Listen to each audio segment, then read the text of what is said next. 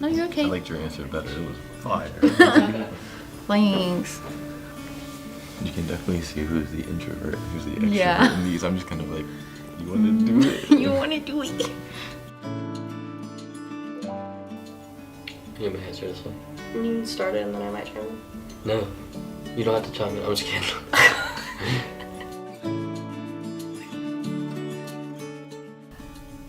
Well, 7.5 years. quiz. It will be 8 in May, so we're getting close. Almost on year 8. Yeah, and we've been together since 2013. So, yeah, almost 11 years. 11 years. Wild.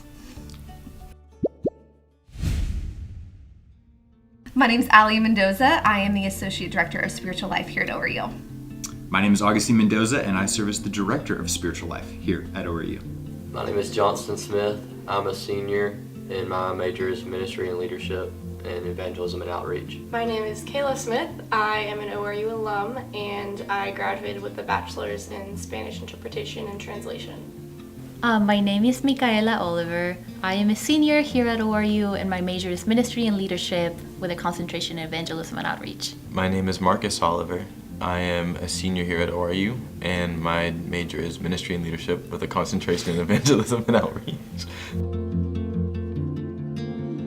So we did meet here at ORU. Our second year at ORU, we were both chaplains. I was placed in Lower Claudius, Augustine was placed in Lower EMR. So we met officially at chaplain training for the first time and started, hanging out a little bit as friends. Our cadres were very close, and so we did a lot together as Lower EMR and Lower Claudius. Freshman year, it was orientation day. We used to be music majors, both of us, and so we met that day. Yeah. We were on the same prayer set our freshman year. He was on worship side, I was on prayer side. And pretty much towards that first month of school, I was like, there's something different about this guy. I really like him.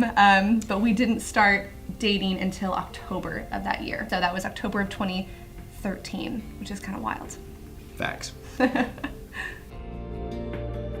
For me, it was just her character. It was something that I was drawn to, just the type of person she was, her heart, and how passionate she was about the Lord. Not necessarily God's voice speaking to me, but just Him speaking to my heart for me to see her actions and just the person that she was.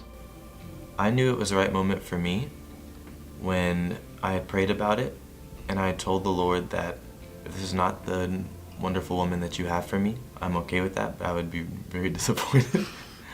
I recognized that I was very content with just it being me and God, but I was very happy to be with her.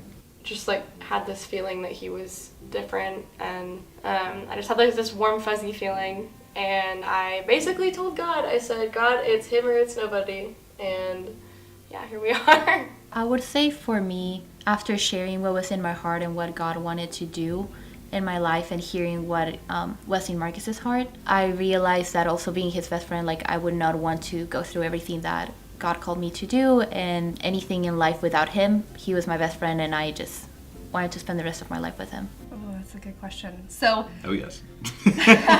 well, I would say we don't believe in the one necessarily. I think the Lord gives you a choice in life, and I think there's a lot of good choices, but I think maybe a couple people would rise to the top as being the best choice for you. I feel like for me personally, the Lord was really, really clear because I was a missions major, really wanted to go on the missions field right after I graduated. I had no intention of dating at ORU, really didn't care about getting married at all. And then when I met Augustine, I felt the Lord shifting some of that. He told me that, man, if you choose not to be with Augustine, you'll have a good life. I will bless it, it will be good, you'll do some incredible things. But if you partner with Augustine, you will go further than you ever could have imagined. That would be Ecclesiastes 4:12, and it says, though one can be overpowered and two can defend themselves, a cord of 3 strands is not easily broken. Yeah, it's a very significant verse. We had it on our wedding day. It really inspired us that it wasn't just our union, but it was really having God be the one that really sustains everything. But one that we always go back to is the love passage in 1 Corinthians 13. Funny thing about that passage is I read that passage before I proposed to her. We had not spoken about it, but both of our vows had the same exact passage. It was a confirmation that that we are unified and that we're on the same page. There's an African proverb that says, if you want to go fast, go alone. If you want to go far, go together. And I think that's been a theme for our marriage and the ministry work that we do, is we want to go for the long haul, and together we know we can do a lot more for Christ than we could have apart. So it's been a big part of our story.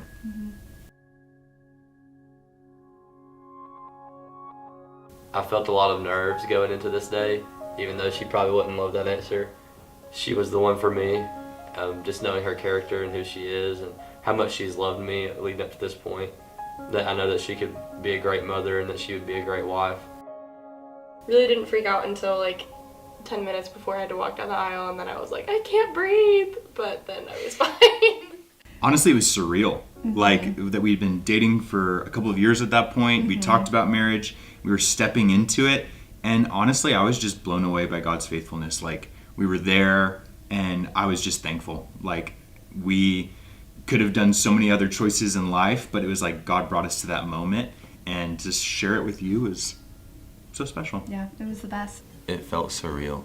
We'd prayed about it for so long, and we'd had so many challenges and so many things. It felt like just trying to come against us.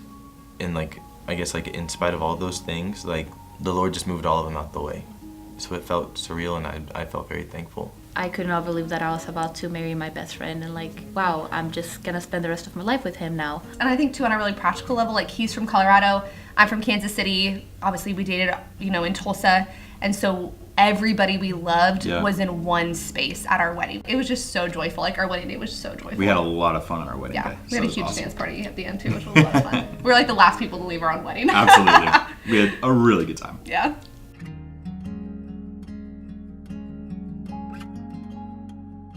My advice for a season of singleness is, don't even name it season of singleness.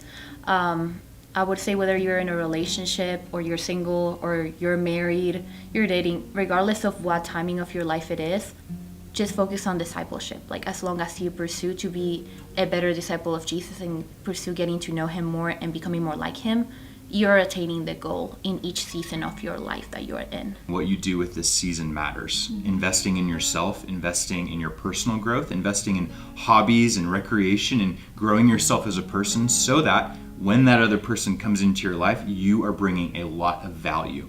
Not just a lot of desire for a relationship, but you're bringing something of substance. Because one, that's attractive to another person, where it's like, wow, they have a life, they have passions, they have hobbies, they have things the Lord's been doing in their heart. But two, you also know then your own value. You're not going to settle for someone that would take away from your value. You're going to want to be with someone that adds to your value. Allie really brought a lot of extra value to my life. It wasn't like I needed her. It was I wanted her in my life. I wanted what she had, her passion, her desires, where now when she adds to what I have, man, we can do so much more together because of that. So really focus on like adding value into your own life. And I would say cultivate deep friendships. Yeah. If you get married, like, you want men and women like up with you at the altar who are going to champion you, are going to champion your relationship and your marriage. But if you spend your single years just trying to find somebody and you don't cultivate those like really important foundational friendships, then you really miss out. Cultivate deep friendship in this season. And know that we've both officiated weddings. We've stood at the altar with couples, and there's something powerful when the groom is up there and there's men in his corner that are standing with him, that are praying for him, fighting for his marriage. And then same with the bride on her side. You want people in your life that are not just like, oh, these are my favorite people, but they're people that will stand with you for the rest of your life, and you need friends like that. So just to echo what you said, invest in those friendships.